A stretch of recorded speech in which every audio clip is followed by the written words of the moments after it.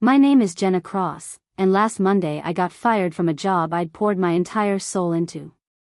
But here's the twist, I didn't get fired for underperforming or slacking off. No, I got fired for being too successful, too good at my job. Sounds insane, right? Believe me, I thought so too. Let me back up. I started working at Talentech 3 years ago as a junior analyst. It wasn't glamorous, but I was hungry. My boss, Mitchell Lane, was the kind of man who smiled with his mouth and glared with his eyes. From day one, I knew he was someone you had to handle carefully. He liked control, and he liked credit. But back then, I didn't think much of it. I was fresh out of grad school, eager to prove myself, and honestly just thrilled to have landed something decent. In those early months, I worked late, took on projects outside my scope, and volunteered for tasks nobody else wanted. Slowly, people started noticing. Not just my team, but execs from other departments too. "Jenna's sharp," I heard someone say in the break room once. I smiled all day after that. Mitchell, on the other hand, didn't smile. He started giving me less direction, acting irritated when I asked for feedback. I chalked it up to him being busy. The first real crack came during a pitch meeting with senior leadership. I'd led the analytics for a high-stakes project and found a massive gap in our competitor's strategy. My findings weren't just insightful, they were gold.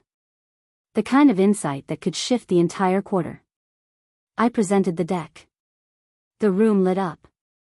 There was actual applause. Mitchell stood up, clapped once or twice, then said, "Of course, the entire team worked on this.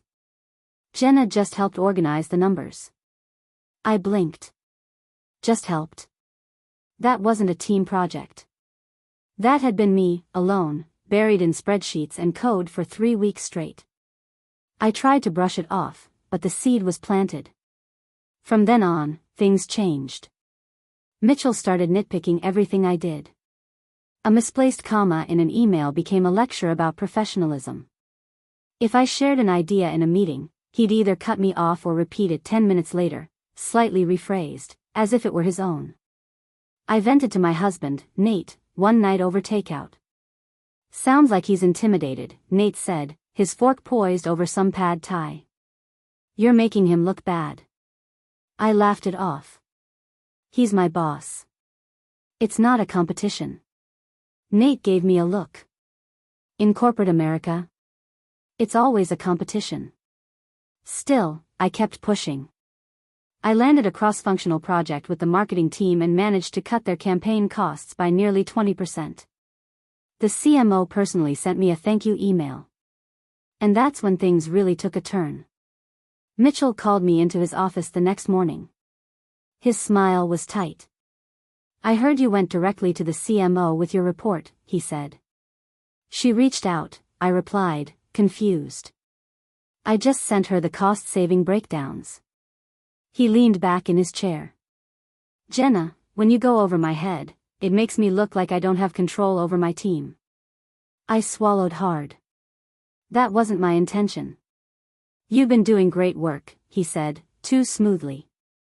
"But just remember, we succeed together. Try to keep things centralized through me from now on." Translation: stop making me look irrelevant. I nodded. What else could I do?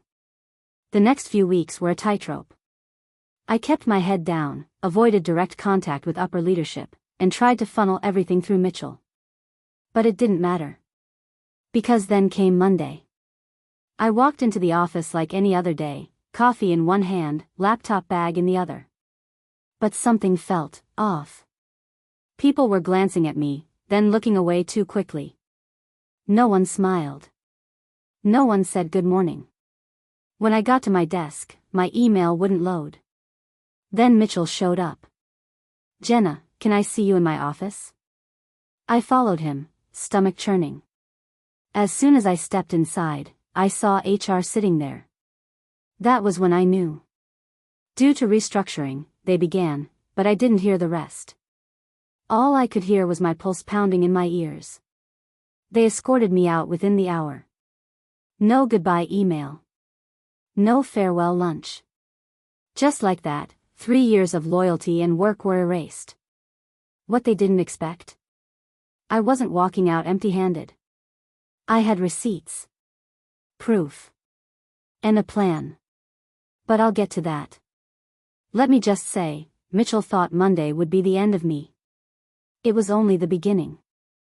The minute I stepped outside those glass doors, the cold air hit me like a slap. My mind was spinning, but some stubborn part of me refused to cry. Not yet. Not in front of them. Not when Mitchell probably watched me from that high-rise office window with that smug little smirk of his. I sat in my car, hands on the steering wheel, staring at nothing for a full 10 minutes. Fired. Just like that. I texted Nate one word, home. When I walked through our front door, I didn't say anything. Nate just opened his arms and held me until I finally let the tears fall. We sat on the couch for what felt like hours. I told him everything, how it happened, the fake restructuring, the looks from HR like I was just another inconvenience they had to process. He was threatened by you, Nate said. It's that simple. I don't get it, I whispered. I didn't try to outshine him. I just worked. Nate pulled back, looked me in the eyes. And that was enough. You didn't play small. That night, I didn't sleep much. I lay awake staring at the ceiling, going over everything in my mind. The projects. The reports. The emails. And slowly, it started to click. Mitchell had been building a case against me for months. He'd copied himself on emails I normally would have sent directly. Held closed-door meetings about workflow efficiency. Assigned me projects, then criticized the outcomes no matter how solid they were. I saw it now, he wasn't just intimidated. He was preparing. What he didn't know, though, was that I'd saved everything. Every report. Every set of numbers I ran. Every email where he subtly undermined me or redirected credit.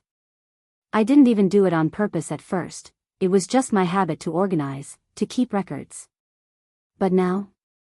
It felt like a shield. The next morning, I made coffee and opened my laptop. And I got to work.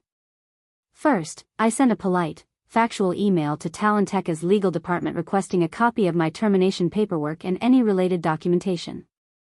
I copied HR. I kept it professional, clear, and cold. No accusations, just an employee asking for her file. Let them squirm a little. Then I pulled up the folder I'd labeled Project Echo 2023. That was the big one. The cross-departmental analytics project that saved the company close to $2 million in Q3. The one I'd led. The one Mitchell had taken full credit for in the final presentation, after slicing my name out of the deck like I'd never touched it. I didn't send anything to anyone yet.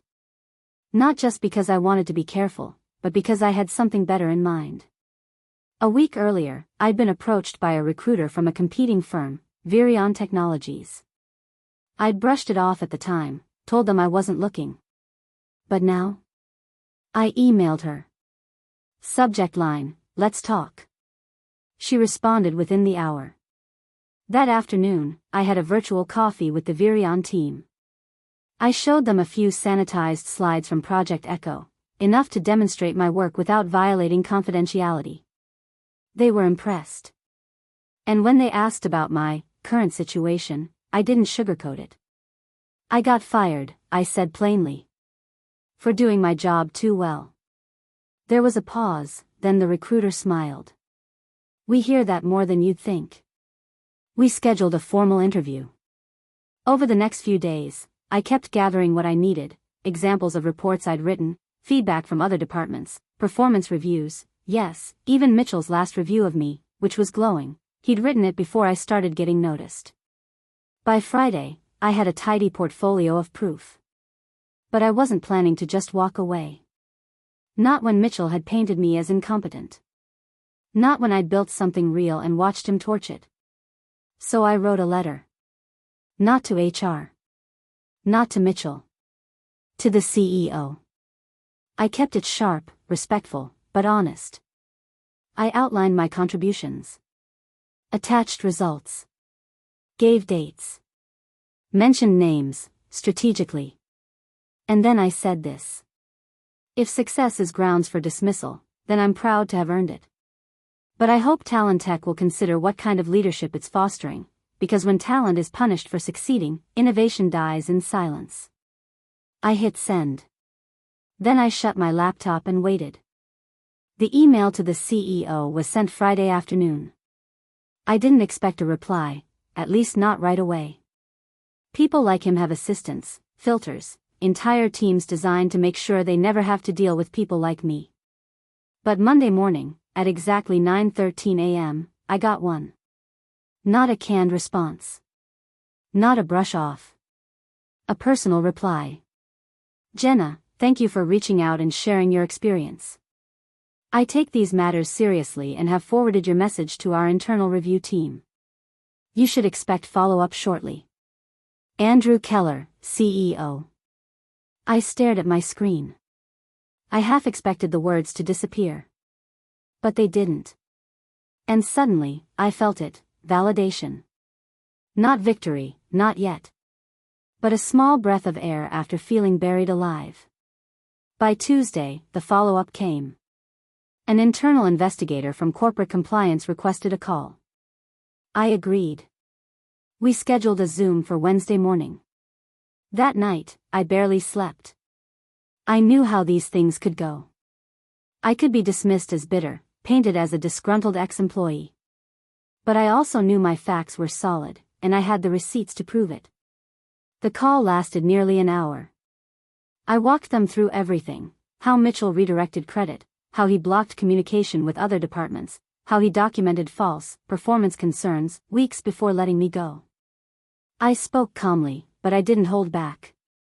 The investigator, Laura Chen, listened intently. She asked thoughtful questions. And when I mentioned the glowing review Mitchell had submitted just 2 months before he fired me, she frowned. You still have a copy of that review? She asked. I do. Please send it to me after this call. I sent her everything, organized, dated, professional. I didn't rant. I didn't speculate. I just gave her the truth. And then I waited. While all this was happening, something else started to unfold, quietly, subtly. LinkedIn notifications. First, it was a connection request from someone in Talentech's strategy department. Then a "congratulations on your next chapter" message from a data scientist I'd only met twice. My inbox was filling up with small signals. Whispers, really. But I understood what they meant. People had noticed. The version Mitchell tried to sell, that I was too emotional, difficult, not a team player, wasn't sticking. Not with the people who'd worked alongside me. Not with the ones who knew exactly how often I'd picked up the slack and gone the extra mile. And then came the message that stopped me cold. A former colleague, let's call her Ava, DM'd me. Hey Jenna. I've been wanting to reach out. I'm so sorry about what happened. Just wanted you to know that you weren't imagining it. Mitchell did the same thing to Marcus 2 years ago. He made his life hell until he quit. Just, be careful. And if you ever need a witness, I've got your back. I felt like I'd been punched and hugged at the same time. I responded with a quick thank you and asked if she'd be willing to talk to compliance. She said yes. Now it wasn't just my word. By Friday, Laura Chen requested a second call. She'd spoken to others. She had questions. Some patterns are emerging, she said. This might go deeper than your case. I tried not to get my hopes up. After all, people like Mitchell survive because they're good at hiding rot beneath layers of charm and authority. But something was shifting, and I could feel it. Meanwhile, Virion Technologies had moved fast. I had a second interview with their head of data science. By the end of that week, they made me an offer. It was higher than my salary at Talentech. Better benefits. A more senior role. And the cherry on top. When I mentioned my situation with Mitchell, their director raised an eyebrow and said, "Oh, that Mitchell? He used to work here, briefly." Let's just say we're not shocked. That's when I really started to believe it. This wasn't just about me. Mitchell had a pattern. A history. And for once, it wasn't just going to be buried. I signed Virion's offer letter on a Sunday evening, alone in my home office, hands shaking with something that felt like triumph but also a little fear. It felt surreal. Just 6 days ago I'd been escorted out of my old office like a liability. Now, I had a better title, better pay, and, more importantly, respect. They wanted me. But there was still unfinished business. On Monday morning, I got the call. "Hi, Jenna. It's Laura." Her voice was calm, but there was a tightness to it, like she'd been carrying something heavy all weekend. "I wanted you to know that we concluded our preliminary review. There are substantiated concerns." I blinked. "Meaning?" "Mitchell's termination of your employment is being flagged for policy violation. We've escalated it to senior leadership and legal. We'll likely be conducting a broader investigation." I swallowed hard. I didn't know whether to cheer or cry. "Will I be reinstated?" I asked. Laura hesitated. "That's still up in the air. But you might want to consider whether that's something you want." And she was right. I didn't. Not anymore. That same afternoon, Mitchell's name disappeared from Talentech's internal directory. I found out through a former coworker who messaged me with 2 words, "He's gone." No big announcement. No send-off email. Just gone. It wasn't just me he'd targeted. Other stories started surfacing, quietly at first, then louder. Marcus, whom Ava had mentioned, reached out and thanked me. "I always thought I was just being paranoid," he said. I can't believe it finally caught up to him. It wasn't justice in the traditional sense. There were no grand public reckonings, no headlines.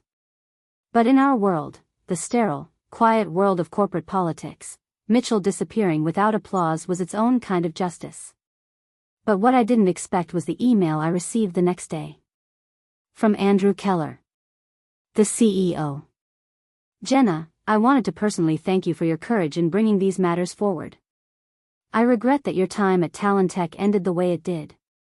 We're reviewing internal processes and accountability measures to ensure this doesn't happen again. As a gesture of good faith, please consider this an open invitation. Should you ever wish to return to Talentech in the future, our door is open." I stared at the message, heart pounding. And then I closed the tab. Because no thank you. I was done playing small in rooms that only celebrated me when I was invisible. At Virion, my first day felt like a breath of fresh air. The team was collaborative, smart, honest. My manager, Sienna, scheduled a welcome call and said, "We don't hire stars here, we hire people who lift everyone around them. And that's what we see in you." I almost teared up. On Thursday, I got a calendar invite, Jenna's success story, team lunch plus share out. They wanted me to present my past projects, including the one Mitchell had tried to erase me from. They wanted to celebrate it. I didn't sleep much that night, but this time, it wasn't fear keeping me up. It was something else. Hope. Because here's the thing no one tells you about being underestimated: it's lonely, yes. But when you rise anyway, when you refuse to shrink, it becomes your superpower. I'd been fired for being too successful. Now I was free to be even more. I walked into the Virion offices for the first time a week later. The building was airy, full of natural light and humming conversation, not the kind where everyone's whispering in fear, but the kind that crackles with collaboration. It felt different. Safe. Like I wasn't walking into an ambush. I was paired with a mentor named Priya, a senior strategist who was sharp, fast-talking, and refreshingly transparent. "We're thrilled to have you," she said, handing me a coffee on my first day. "By the way, the Project Echo analysis? It made its way around the C-suite here. You're a bit of a legend already." I laughed, genuinely, for the first time in weeks. But I wasn't prepared for what came next.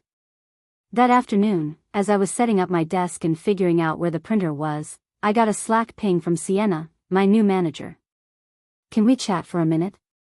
I joined the video call expecting a casual check-in. Instead, she leaned in with a serious look. We just got a call from Talent Tech, she said, her voice low but direct. Apparently Mitchell's lawyer is trying to claim that some of the Project Echo documentation you referenced in your interview constituted proprietary material. My stomach flipped. But I never. I know, she interrupted. We already reviewed everything you sent. There's no breach. No confidential info. What you shared was high level and generalized. But I wanted to let you know because they're rattled. Not because of you. Because of what they let happen. She paused. And also because he's threatening legal action. Against the company. Not you. But still, we're not worried. Our legal team's already shut it down. I let out a slow breath. She smiled then. Jenna, we've got your back. I wouldn't have hired you if I didn't trust your integrity. And if Mitchell wants to go down swinging, let him. It just makes him look desperate. That night, I sat with Nate on the couch, my laptop beside me and a comfort blanket wrapped around my legs. Do you think it's over? I asked. He tilted his head. The drama with Mitchell? Probably not. Guys like him hate losing quietly. I didn't even want to fight, I whispered. You didn't start one, he said. You just stopped letting him win. I stared at the ceiling for a long time after he went to bed. Because Nate was right. I didn't burn that bridge. Mitchell did. I just walked away from the flames. But somewhere between the self-doubt and fear, something had shifted. I felt stronger. Not because I had some new armor, but because I'd seen the worst someone in power could do, and I was still standing. The next day, I led my first team meeting at Virion. I wore the blazer I'd been saving for a big day, because why not? It was mine now, all of it. The room. The voice. The respect. Halfway through, someone asked me, "What's your leadership style?" I paused, thought about it, then smiled. I believe in building teams where no one has to get smaller for someone else to feel big. There was a beat of silence. Then someone murmured, "Amen." That was the moment I knew, I wasn't just surviving anymore. I was building something better. Things at Virion were moving fast. By my third week, I was already in the thick of a major rollout. My team had trusted me with the lead role on a predictive model overhaul, something that could shape the way the company made data-driven decisions for the next 2 years. It was everything I'd wanted: challenge, autonomy, and respect. And then, just when I'd begun to settle, Mitchell's ghost came knocking again. It started with an anonymous comment on one of my LinkedIn posts. I'd shared a brief note about transitioning to a new chapter and learning to advocate for yourself in toxic environments. The comment? Maybe if you had actually been a team player, you wouldn't have burned bridges. No name. No photo. But I knew. The cadence, the tone, it reeked of Mitchell.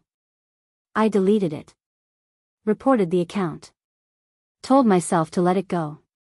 But then an old coworker messaged me, "Heads up. Mitchell's telling people you stole proprietary data. That you used the company's name to land a better gig." I stared at the message for a long time. I'd hoped he'd just fade out after his quiet departure. But he wasn't done. Not because he had any real claim, but because men like Mitchell hate silence. They fear it. Because silence gives people time to look at facts. And the facts weren't in his favor. That night, I didn't cry. I didn't spiral. I pulled out my journal and wrote a single sentence: "You do not have to defend the truth. You just have to live it." But I did one more thing. I called Ava. "Hey," I said. "Would you be willing to go on record?" There was a pause. Then a sigh. "Yeah," she said.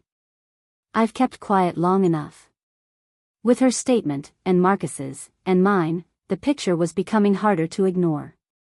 Laura from compliance emailed me the next day. Thank you again for your courage and continued transparency. Please know that we're now compiling a report for executive review.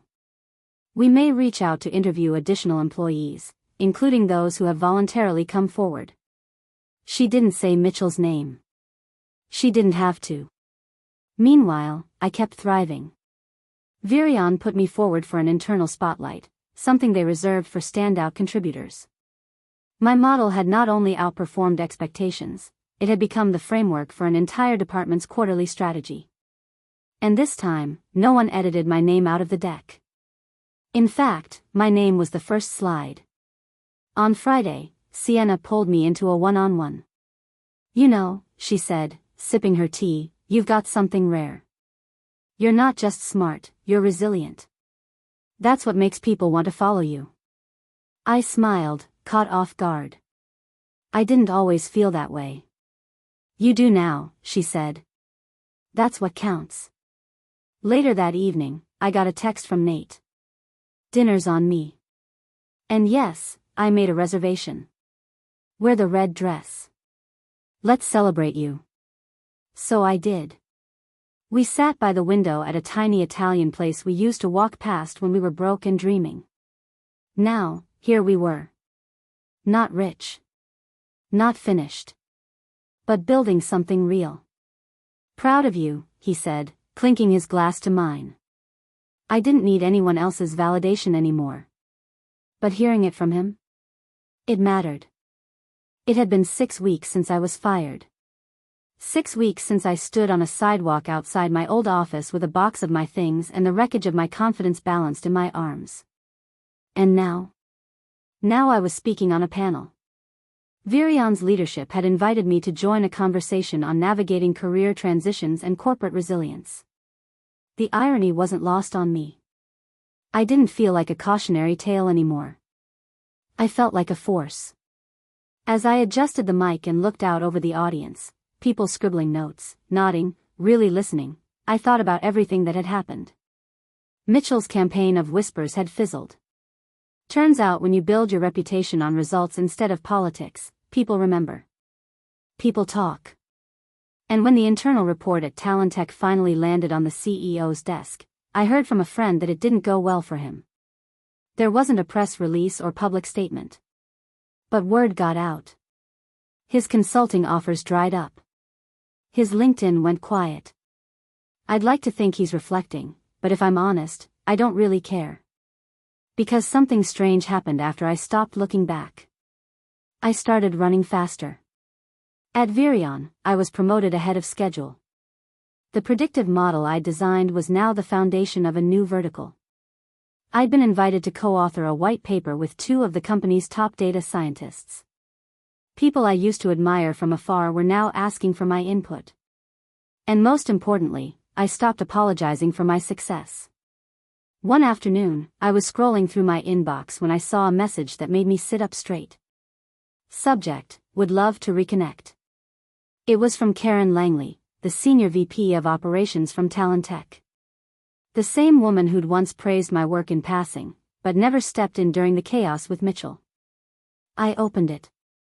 Hi Jenna. I've been following your progress at Virion and wanted to reach out. I'm sorry for what happened during your time at Talentech. We failed you, and that's something I've been thinking about a lot. I'd love to have a conversation sometime if you're open to it, off the record, just human to human. I stared at the email for a long time. I didn't feel angry. Or vengeful. I just felt done. I replied politely, told her I appreciated her message, but that I was focused on building what came next. Because here's the truth I finally understood: sometimes you don't get the apology you deserve. Sometimes the people who failed you will move on and sleep soundly, never owning the harm they caused. But that's okay. Because you don't need their apology to move forward. You need your power. And I'd found mine. Not in revenge. Not in vindication. But in walking into every room, every meeting, every moment, knowing I didn't have to shrink. Knowing I earned my place. So yeah. I got fired for being too successful. And I let them. Because they made room for the version of me that doesn't ask for permission. The version that builds her own table. And then sends invitations to people who never needed me to dim my light.